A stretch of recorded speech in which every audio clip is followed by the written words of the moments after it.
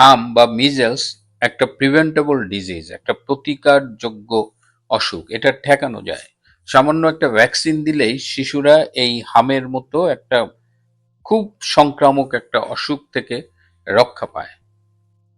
কিন্তু বাংলাদেশে টিকাদান কর্মসূচিতে ব্যাপক সাফল্যের পরে হঠাৎ করে কি এমন ঘটলো যে এখন অসংখ্য শিশু হামে মারা গেছে? রাজশাহীতে নাকি ২১ জন মারা গেছে, আবার শুনছি যে শতাধিক শিশু হামে আক্রান্ত হয়ে মারা গেছে।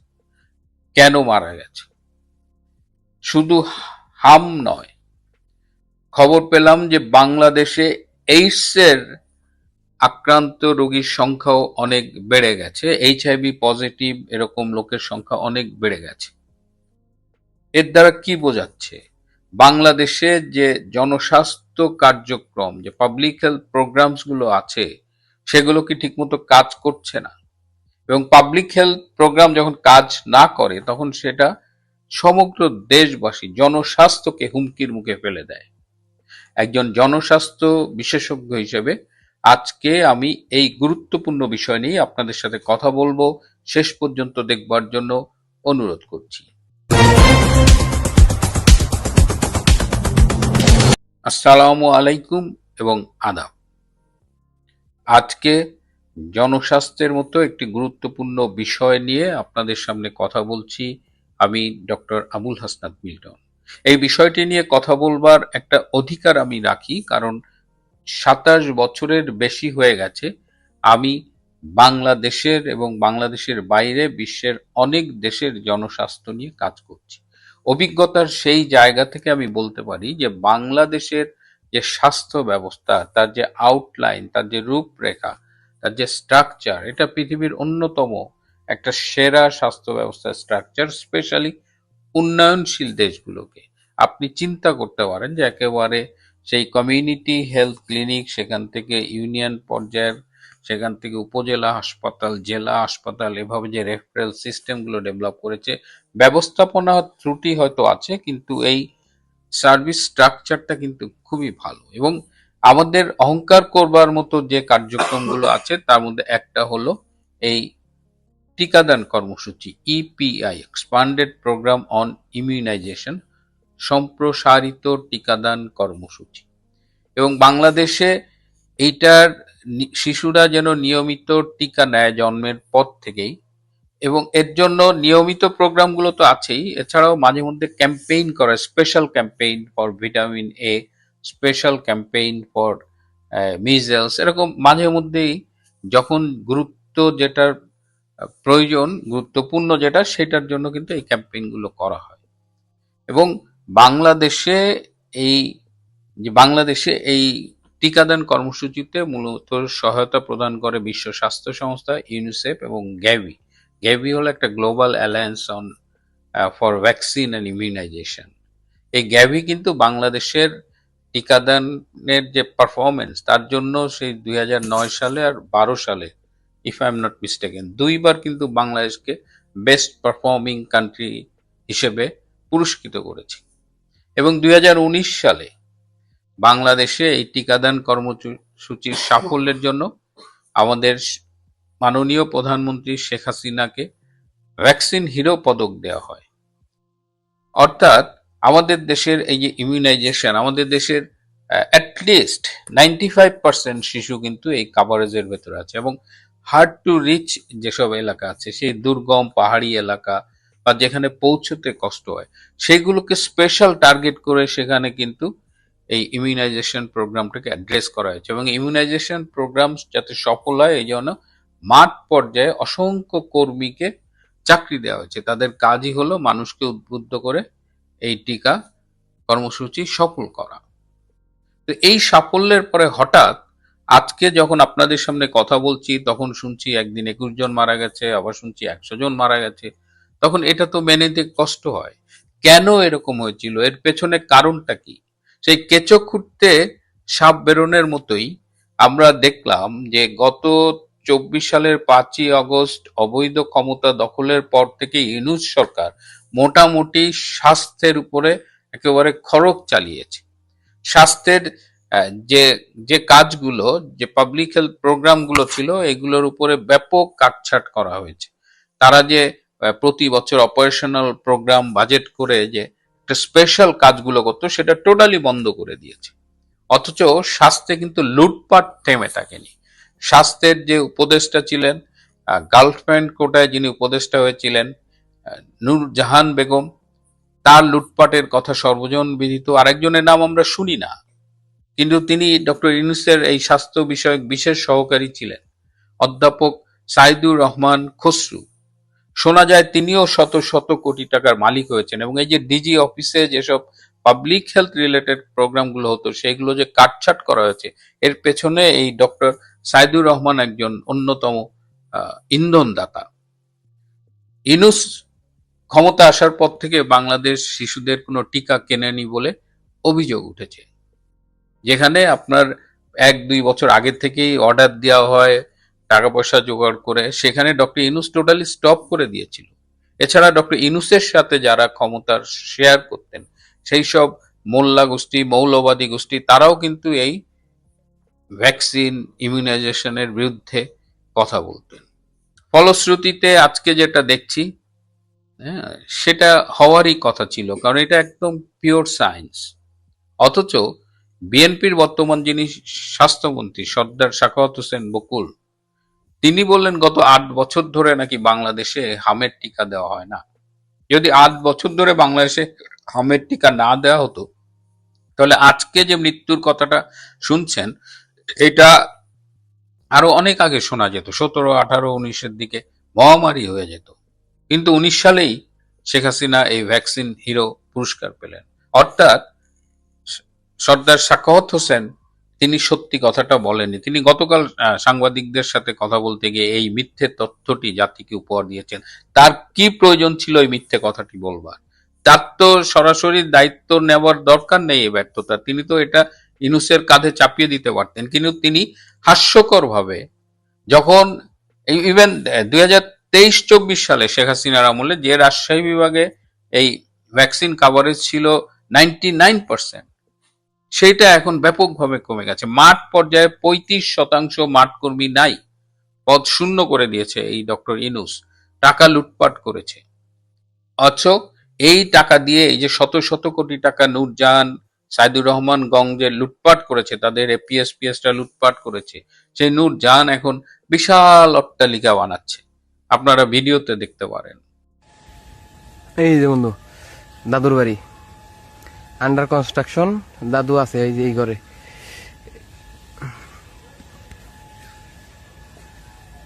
আমি একটা জিনিস বুঝি না, আমি সব সময় দেখছি, এইটা ইভেন আওয়ামী লীগ সরকারের আমলেও, যদি প্রফেসর রুহুল হকের কথা বাদ দেন, কিংবা একদম শেষ সময় সামন্তলাল সেন, এই দুইজন মানুষ যত ভালো হোক খারাপ হোক, তারা কিন্তু স্বাস্থ্য ব্যবস্থাটাকে বুঝতেন এবং তারা হাত দিচ্ছেন। এর বাইরে আমাদের এর আগে একজন স্বাস্থ্যমন্ত্রী ছিলেন আওয়ামী লীগ আমলে, কিংবা এখন যিনি আছেন সর্দার সাখাওয়াত হোসেন বকুল, এরা কোন ক্রাইটেরিয়া স্বাস্থ্য মন্ত্রণালয়ের দায়িত্ব পান আমি এটা বুঝি না। আচ্ছা, যদি রাজনৈতিক নেতা হিসেবে দায়িত্ব পান, কিন্তু স্বাস্থ্য তো একটা টেকনিক্যাল বিষয়, এখানে তো কিছু বিশেষজ্ঞের থাকা উচিত, এখানে তো একজন দুজন ভালো উপদেষ্টা থাকা উচিত ছিল। এই পর্যন্ত দায়িত্ব নেওয়ার পরে সর্দার সাখাওয়াত হোসেন বকুল যে কথা বলেছেন, যে কার্যক্রম করেছেন, তাতে আমি তাকে পারফরমেন্সের ভিত্তিতে 100-তে 0 দিতে পারি না, কারণ 0 তারও একটা মান আছে, 0 একটা সংখ্যা। তিনি অলরেডি মাইনাসে চলে গেছেন। আর নূরজাহান, সে তো এসেই ছিল লুটপাট করতে, আর রাষ্ট্রের টাকায় নিজের বেশ কিছু অসুখ আছে সেগুলো সিঙ্গাপুরে ট্রিটমেন্ট করেছেন। তো পরপর এই যে গত প্রায় 2 বছরে স্বাস্থ্য তো একদম অরক্ষিত, তার ফলাফল দেখা যাচ্ছে। শুধু হাম না, আমাদের যদি আপনি পাবলিক হেলথের ইন্ডিকেটর গুলো দেখেন, অনেক অসুখের ইন্ডিকেটর দেখেন, আপনি ভয়াবহ চিত্র। বাংলাদেশে যেটা বললাম যে এইচআইভি এইডস বেড়ে যাচ্ছে, বিশেষ করে মধ্যপ্রাচ্য থেকে যেসব প্রবাসী ফিরছে, তাদের অনেকেরই এইচআইভি পজিটিভ, এবং তাদের একটা বড় অংশের আবার মাদ্রাসার ব্যাকগ্রাউন্ড আছে। আমি মাদ্রাসাকে ছোট করছি না, আমি কারো বিষয়ে কথা বলছি না, কিন্তু বিষয়টা হলো যে এইচআইভি ট্রান্সমিশনটাও প্রিভেন্ট করা যায়। যে যে কারণে এইচআইভি ট্রান্সমিট করে সেটা প্রিভেন্ট করা যায় ব্যক্তিগত কিছু আচার আচরণ আছে, ব্যক্তিগত কিছু বিষয় প্রোটেকশন ব্যবহার করা দরকার। তো সেইগুলো করলেই তো হয়, এবং এটাই তো পাবলিক হেলথ। পাবলিক হেলথের আমরা কি করি, আমরা যাতে অসুখটা হলে রাষ্ট্রের স্বাস্থ্য ব্যবস্থায় যে চাপ পড়ে চিকিৎসার উপরে সেটা কমানোর জন্য আমরা অসুখটা যেন না হয় সেই প্রিভেন্ট করার জন্য চেষ্টা করি। এবং মিজেলস, এই যে আমরা শিশুর 9 মাস বয়সে প্রথম মিজেলসের ডোজটা দেওয়া হয়, এবং প্রথম 9 মাসে মায়ের দুধের থেকে এই মিজেলস বিরোধী উপাদান পেয়ে থাকে। সুতরাং এখন এই সর্দার সাখাওয়াত হোসেন বকুলের এইসব প্রলোভ বকা বা শেখ হাসিনার সাফল্যকে পাবলিকের কাছে মিথ্যে কথা বলে হেয় করার চেষ্টা না করে সত্যটা স্বীকার করে তার উচিত যে কিভাবে বাংলাদেশের মানুষের এই জনস্বাস্থ্য বিষয়ক কার্যক্রম উন্নয়ন করা যায়, তাদের স্বাস্থ্য ব্যবস্থাকে ভালো করা যায়, স্বাস্থ্যের সামগ্রিক উন্নয়ন করা যায়। আর নূরজাহান বেগম এবং সাইদুর রহমানকে অবিলম্বে গ্রেপ্তার করে তাদের জিজ্ঞাসাবাদ করে তাদের কাছ থেকে জানতে হবে যে কেন তারা স্বাস্থ্যের এই ধ্বংস সব আয়োজন চূড়ান্ত করে চলে গেছে, এর সাথে ডক্টর ইউনূসের কি সম্পর্ক ছিল। এগুলো খুব দরকার। আমি একজন বাংলাদেশী হিসেবে, একজন জনস্বাস্থ্য বিশেষজ্ঞ হিসেবে এই প্রশ্নগুলো করছি, আমি এই উত্তরগুলো চাই। এবং যারা ব্যর্থ হয়েছে, যারা একটা জাতিকে, একটা প্রজন্মকে, একটা পুরা শিশু প্রজন্মকে মৃত্যুর মুখে ঠেলে দিয়েছে, তাদের বিচার দাবি করছি। এরই মধ্যে করা হয়েছে সরকারের স্বাস্থ্যমন্ত্রীর পক্ষ থেকে আওয়ামী লীগকে, মানে এই যে শিশু মৃত্যুর বিষয়টি নিয়ে তোলপাড় চলছে, একই সঙ্গে স্বাস্থ্যমন্ত্রী একটি বক্তব্যকে কেন্দ্র করেও মানুষের মধ্যে বিস্ময়ের সৃষ্টি হয়েছে, মানুষ হতবাক হয়েছেন। এবং এই বিষয়টিকে কেন্দ্র করেও কোনো রাজনীতি চলছে কি না সেই প্রশ্ন উঠেছে। তার কারণ স্বাস্থ্যমন্ত্রী এর মধ্যে যা বলেছেন তা মিথ্যা প্রমাণিত হয়েছে। আমাদের বুঝতে আসলে কষ্ট হয় যে মন্ত্রিত্বের চেয়ারে বসলেই কি মিথ্যা বলতে হবে, অথবা উদ্ভট সব তথ্য দিতে হবে। স্বাস্থ্যমন্ত্রীর বক্তব্যটি শুধুমাত্র উদ্ভট তথ্যের মধ্যেই আমরা সীমাবদ্ধ রাখবো, নাকি ইউনূস সরকারকে বাঁচানোর একটা ভিন্ন কৌশল হিসেবে ধরে নেব? কেন এ কথা বলছি তারও নিশ্চয়ই কারণ আছে। স্বাস্থ্যমন্ত্রী কি বলেছেন তা নিশ্চয়ই আপনারা এর মধ্যে জানেন, যে তিনি বলেছেন গত 8 বছর হামের টিকা দেওয়া হয়নি। প্রথম কথা হচ্ছে, 8 বছর আগে কারা ক্ষমতায় ছিল? আওয়ামী লীগ ক্ষমতায় ছিল। সেই হিসেবে অবশ্যই আমাদের ধরে নিতে হবে যে সব দোষ আওয়ামী লীগের, এবং এই হত্যাকাণ্ডের জন্য আমরা আওয়ামী লীগকে দায়ী করতে পারি। আসলেই কি তাই? 8 বছর আগে থেকে যদি হামের টিকা না দেওয়া হয়ে থাকে, তাহলে এখন কেন 1.5 বছরের শিশুদের মৃত্যু ঘটছে? এই শিশুদের জন্ম তো আর আওয়ামী লীগের সময়, মানে এখন থেকে 8 বছর আগে হয়নি। খুব সহজ কথা, তাই না? বরং এই শিশুরা জন্মেছে ডক্টর ইউনূসের জঙ্গি শাসনের সময়। এবং আমরা জানি যে কোনো শিশুর 9 মাস বয়সে MMR এর প্রথম ডোজ দিতে হয়, এবং 15 মাস বয়সে দ্বিতীয় ডোজ দিতে হয়। এই যে শিশু মৃত্যুর পরিসংখ্যান আমরা যেটাই পাই না কেন, সেটি কী কারণে ঘটছে? সোজা সবটা কথা হচ্ছে, হামের টিকা দেওয়া হয়নি। কেন দেওয়া হয়নি, দেওয়া সম্ভব হয়নি? টিকার সংকট, টিকার অভাব। কেন অভাব হলো? কারণ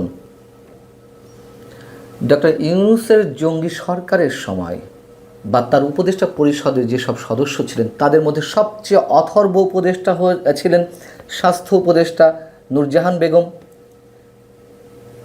এবং তিনি কেন মন্ত্রিত্ব পেলেন বা উপদেষ্টা দায়িত্ব পেলেন, সেই প্রশ্ন শুরু থেকে উঠেছিল। তিনি গ্রামীণ ব্যাংকের উপব্যবস্থাপনা পরিচালক ছিলেন। অনেকে আবার বলেন যে তিনি যেহেতু নূরজাহান, কৃতজ্ঞত বশত ডক্টর মোহাম্মদ ইউনূস সম্ভবত শাহজাহানের ভূমিকায় অবতীর্ণ হয়েছিলেন। যাই হোক, সেগুলো অন্য কথা।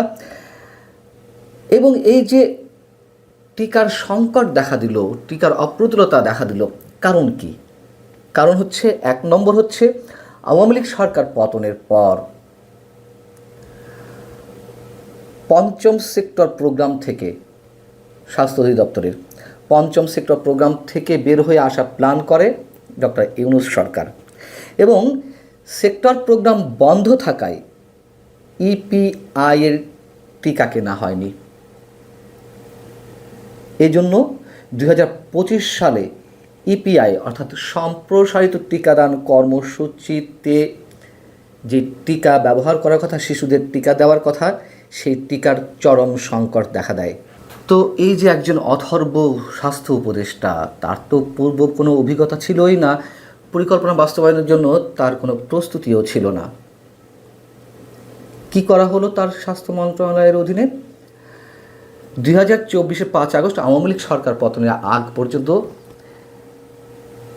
টিকা সংগ্রহ করা হতো, টিকা আমদানি করা হতো খুব সহজে এবং দ্রুত গতিতে ওপির আওতায়, অর্থাৎ অপারেশন প্ল্যানের আওতায়।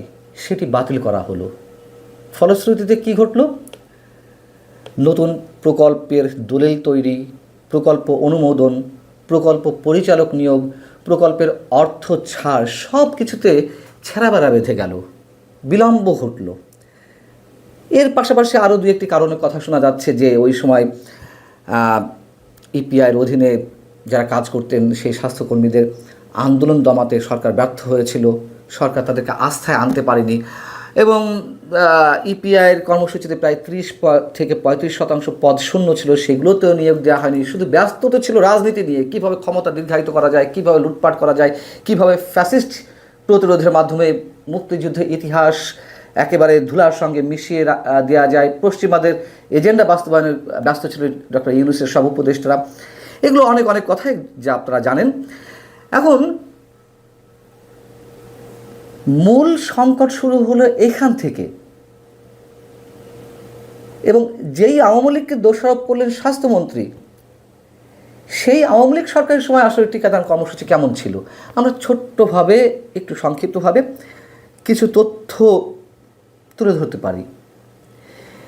বাংলাদেশের জাতীয় টিকাদান কর্মসূচি ইপিআই এবং হু একই সাথে ইউনিসেফের যে হিসেব, সেখানে দেখা যাচ্ছে যে টিকার কভারেজ ছিল আওয়ামী লীগ সরকারের সময়, আমি 2021 থেকেই বলি, এর আগে থেকে অনেক তথ্য রয়েছে, সংক্ষেপে একটু বলি।